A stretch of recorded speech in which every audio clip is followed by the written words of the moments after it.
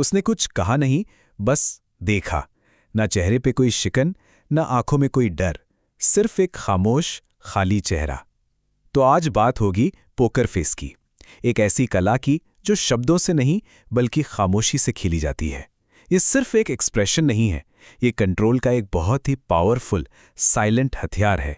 इसमें एक बहुत गहरी सच्चाई छिपी हुई है कि असली ताकत चीखने चिल्लाने में नहीं बल्कि शांत और अनरीडेबल बने रहने में होती है। जैसा कहा भी गया है, जो चेहरे चीखते हैं वो डरावने नहीं होते, असली खतरा तो वो हैं जो चुप रहते हैं।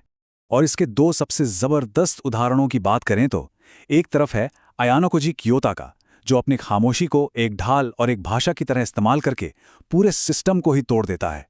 और दूसरी तरफ जोहान लिबर्ट, जो एक ठंडी झूठी मुस्कान का इस्तेमाल करके इंसानों की रूह को साइकोलॉजिकली तबाह कर देता है। तो चलिए अब इसमें थोड़ा और गहराई से उतरते हैं कि आखिर ये पोकर फेस की ताकत है क्या। ये कोई इत्तेफाक नहीं है, ये एक सोची समझी साइकोलॉजिकल स्ट्रैटेजी है, एक जंग जो खामोशी में लड़ी जाती है। इसके पीछे की साइकोलॉजी कमाल की है। देखिए, एक ऐसा चेहरा जिसे पढ़ा नहीं जा सकता, वो सामने वाले के मन में गहरी अनिश्चितता और डर पैदा कर देता है। जब कोई आपकी प्रतिक्रिया को पढ़ ही नहीं पाता तो उसका अपना दिमाग ही उसके खिलाफ काम करने लगता है।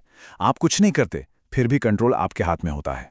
इस साइलेंट कंट्रोल की साइकोलॉजी को असल में समझने के लिए एक रियल लाइफ एक्सपेरिमेंट पर नजर डालते हैं, स्टैनफोर्ड प्रिजन एक्सपेरिमेंट। ये हमें दिखाता है कि कैसे सिचुएशन और पावर इंसान के बिहेवियर को बदल सकती है। जरा सोचिए, चीजें कितनी तेजी से बिगड़ी। पहले दिन लोग बस अपने गार्ड और कैदी के रोल में ढल ही रहे थे, लेकिन दूसरे ही दिन गार्ड्स ने साइकोलॉजिकल टॉर्चर शुरू कर दिया। तीसरे दिन तक तो अपमान की हदें पार हो गईं, और सिर्फ 6 दिनों के अंदर इस एक्सपेरिमेंट को भयानक क्रूरता की वजह से अचानक रोकना पड़ा। तो सवाल यही खड़ा होता है ना, कि सिर्फ एक यूनिफॉर्म और थोड़ी सी अथॉरिटी की फीलिंग एक अच्छे इंसान को भी बेरहम बना सकती है। ये एक्सपेरिमेंट हमें दिखाता है कि कैसे अनचेक्ड पावर, बिल्कुल एक पोकर फेस से मिलने वाली अथॉरिटी की तरह, हमारे बर्ताव को पूरी तरह बदल सकती है।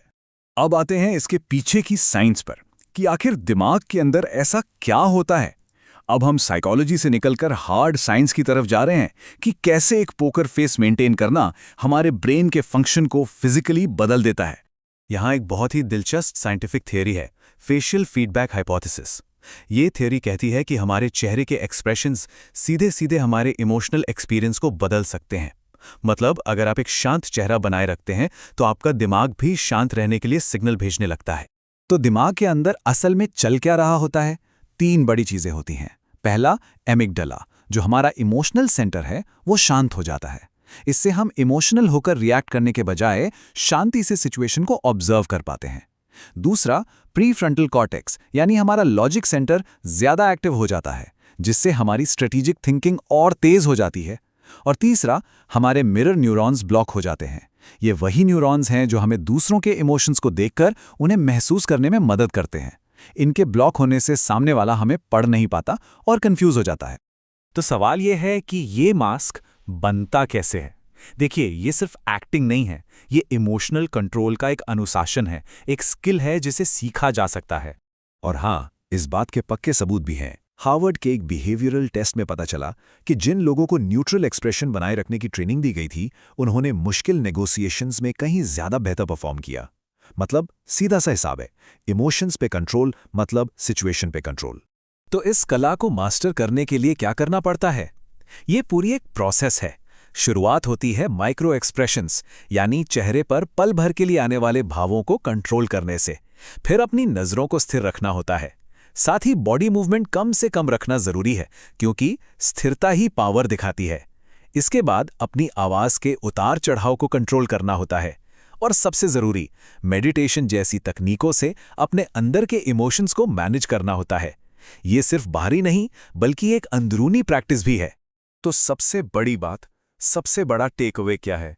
ये सिर्फ एक मास्क से कहीं ज्यादा है, ये दिमाग का एक हथियार है। याद रखिए, ये कोई नकाब नहीं है, ये एक न्यूरल डिसिप्लिन है।